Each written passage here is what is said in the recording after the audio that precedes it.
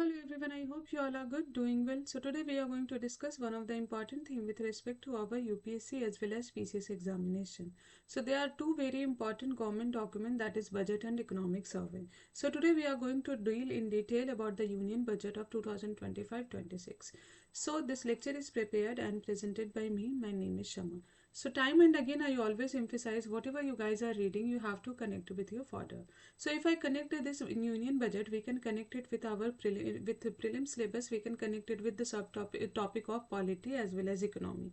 In mains, we can connect it with GS paper 2, that is Indian Constitution. We can connect it with government policies and intervention. If I talk about the GS paper 3, again we can connect it with the growth and development, planning, government budgeting and fiscal policy as well as inclusive growth. So the union budget of 2025-26 was presented by our finance minister in the parliament, recognizing four engines of development, that is agriculture, MSME and investment and export. So these are the four engines of development which has been outlined in our union budget of 2025-26. So the union budget has a theme, and the theme is Sabka Vikas, aim to stimulate balanced growth across all regions. In line with the budget theme, finance minister outlined the broad principle of Vikshit Bharat. So what are these broad principle of Vikshit Bharat? Let's move further and see. So there are seven principle, or I could say it's a six we can see here. That is a agriculture excellence, like farmer making countries food basket of the world. Women's economic participation, like 70% of women's in economic activity. Skilled labor, 100% skilled labor with a meaningful employment. Zero poverty, ensuring no one lives below poverty line. Quality educations, and what else we can see, that is a healthcare access. So these are the 4 points which has been given a kind of a these are the principle of our Viksit Bharat. So what I can say further, the budget proposes a development measure focusing on poor, youth, farmer and women. So what is the vision of this Viksit Bharat? So our finance minister Nirmala Sitharaman highlighted democracy, demography and demand as the key pillar of India's growth. So the new tax regime aims to boost consumption, saving and investment by putting more money into the hands of middle class, by strengthening India's economic trajectory. So let's move further and talk about the basic of a union budget if I have to speak. So we have seen that time and again UPSC has asked question with this. So the one article which we have to remember, I have listed down also few article which is important with respect to our exam. So here what we can say, article 112 of constitutions requires the government to present to parliament a statement of estimated receipt and expenditure in respect of every financial year from April 1st to March 31. So this statement is called annual financial statement. So what I mean to say, there is a no word like a budget which is written in the constitution. So if a UPSC wants to make you incorrect your answer, so he can ask like under article 112 we talk about the budget. So no, it is not like article 112 does not mention the word budget, rather it is say annual financial statement. So this annual financial statement can be divided further into three part, and this three part is important, like consolidated fund, contingency fund and public account. So the question has been asked with respect to this three part, like under which article this all, and who has been given authority to withdraw money from these funds. So I request you to pause for a second and just have a memory kind of a mental try to recall in your mind without using pen and paper. And if you cannot recall it, I request you to go back to your notes and look at these keywords, so whatever I'm telling you. So if I talk about the union budget of 2025-26, it is divided into two phases. So presentation of union budget and general discussion is the first phase, and department wise scrutiny and passing of budgetary proposal is the second phase. So the union budget is a financial statement of government's revenues and expenditure. So the budget session in parliament, there are certain stages through which it goes. So in PCS examination, I could recall all, the question was on these stages, and the question was with respect to you have to arrange this stage, what come first and what come next.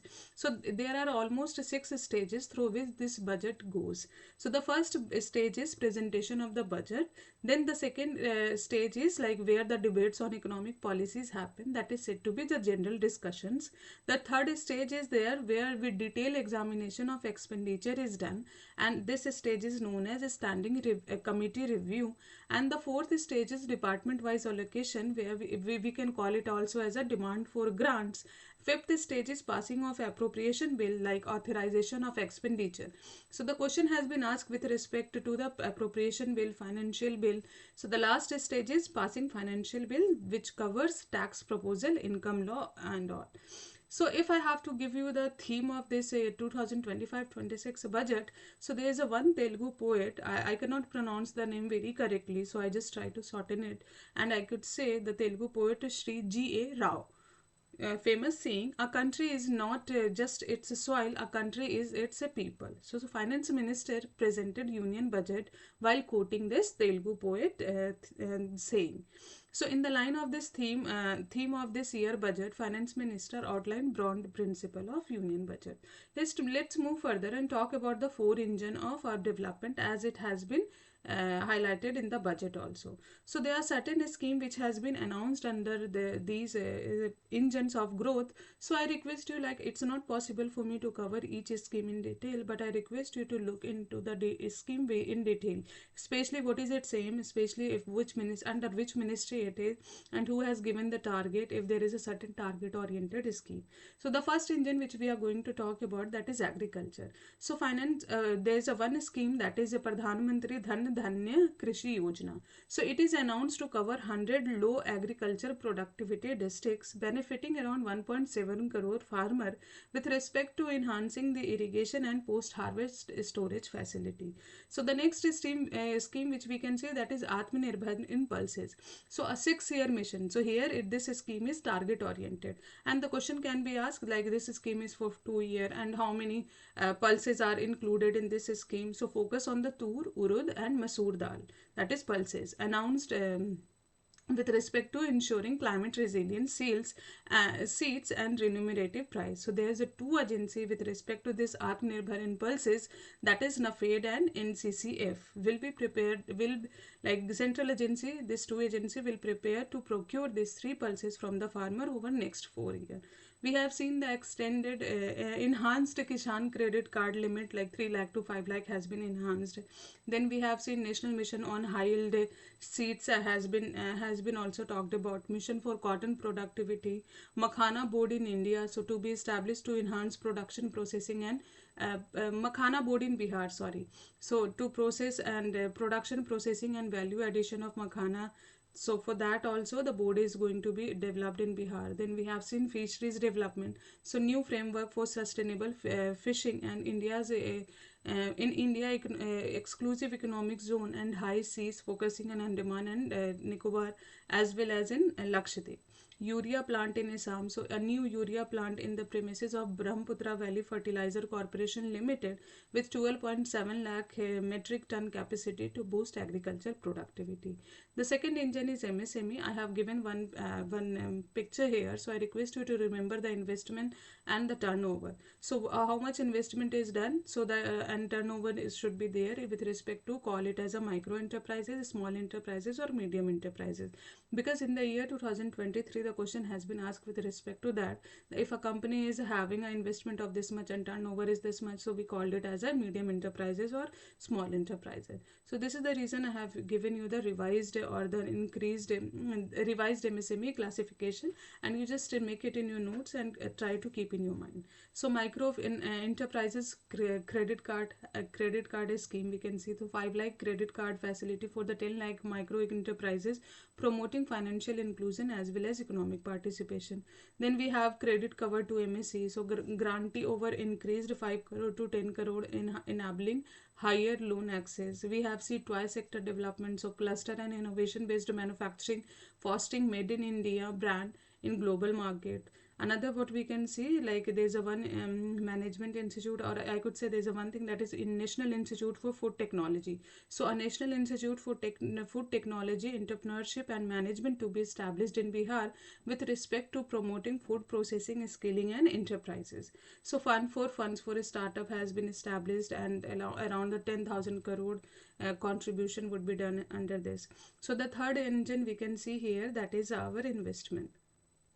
So under investment, urban challenge fund, so 1 lakh crore allocated to support cities as a growth hub, creative redevelopment in the city and water and sanitation, with 10,000 crore allocated for the 2025-26 budget. So year. So Jal Jeevan Mission, here we can see the total budget outlay enhanced 67,000 crore and extension till 2028.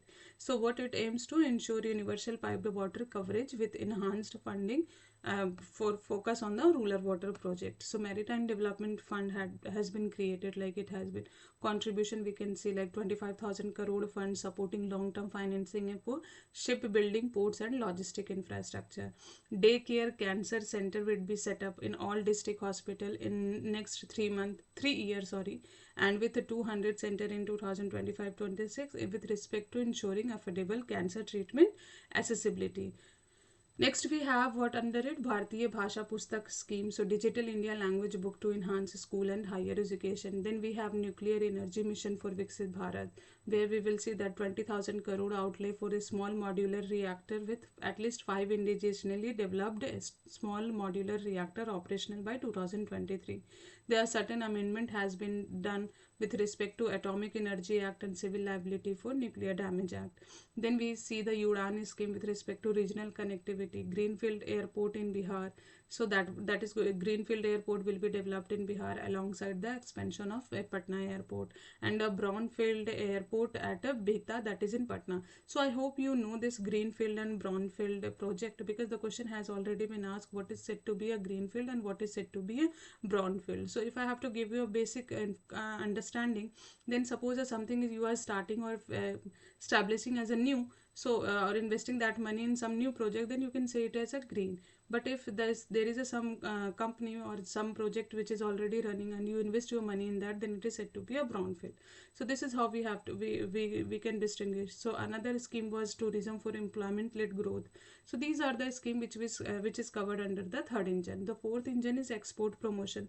So export promotion mission is established with sector and ministerial target and led collaboratively with the Ministry of Commerce, MSME and as well as finance. So here you can remember these three ministries which is included with respect to export promotion mission.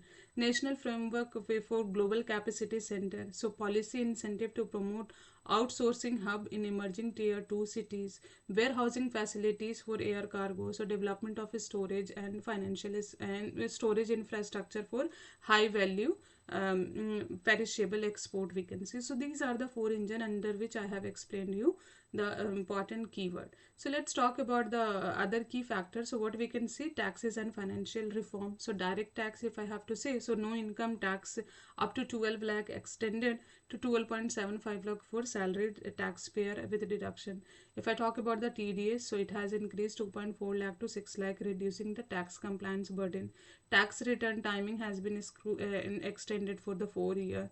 So these are the, if I move further and talk about the finance sector reform, so Grameen credit card we can see Jan Vishwas bill we can see, and that is 2.0 bill. So FDI in insurance sector, so FDI cap in insurance sector will be increased from 74 to 100% for a companies that invest the entire premium in India. So this type of a question has been asked, like how many percentage of like FDI has been allocated in which sector. So again we can see the credit enhancement facility has been provided. Further, pension sector has been like a forum will be established for regulatory coordination and development of pension product. So this has been done under this. Then if I talk about the infrastructure development, so we talk about the developing like other developing roads, railway and airports, like we have seen Udani scheme and all. Let's move further and talk about the revenue and expenditure. So what we can see here, like I have given you a pictorial. So best you can understand here from where the rupees come and from where it goes. So if you see here, if we see the maximum amount from where the rupees come, that is borrowing and other liabilities, that is around 24%. The next is income tax, 22%. The third would be GST, and fourth is a corporation tax. So in PCS examination, it is the habit of asking the maximum amount collected from which sector or the maximum rupee come from where. So I request to remember at least this first four contributor or the area from where the rupees come. If I talk about from where rupees goes, so here you can see the maximum we are giving to whom, to send state, around 22% state share of tax and duties. Then we see 20% around interest payment. Then if we further move, we can say 60% to the central sector scheme, and like if we move further the three, and then we can see 8% into the other expenditure centrally sponsored scheme. So not to be remember much. So here I have given you the picture from the PIB, that you can see central government expenditure. So interest, transport, you can see, just look at the budget and try to memorize a certain keyword. So let's move further and talk about other part of the budget. So here, sorry, so here I have given you again that ministry wise allocation. I just request you to look at this allocation, like which ministry has how much percentage of change has been done. So here the maximum changes, that is around, you can see 93% of changes has been done into the Jal Shakti ministry wise allocation. So just have a look and try to look at the highest and lowest. That is what can be asked maximum. So let's move further. If I talk about the expenditure of major item, here you can see defense, rural development, home affair, agriculture and allied sector, education. So if we talk from the downward, so here we can see scientific development, social welfare, commerce and industry, energy. So you have to just look which has been given the maximum money in crore. Yeah, here I have given that I was saying that I have given you the list of article which you have to remember, because in the year 2014 itself, the article 109 was asked in our examination, like this article is with respect to it has relation with the money bill or not. So a lot of people were confused, because mostly we read from the article 110, that is the definition of money bill. So I request you to go to this article, and these all article which I have mentioned here, these are important. So you have to remember article 112, annual financial statement. You have to remember article 266, which talks about the consolidation fund and public account of India and state, contingency fund with respect to article 267. You have to remember 280, that is finance commission. Time and again this question has been asked with respect to finance commission, under which article it is. You have to remember article 281, recommendation of the finance commission, and you have to remember the article 291 with respect to borrowing by the government. So these are the article which you have to remember, and you have to remember by heart. That's what I mean. So let's move further and conclude our discussion, because I don't want to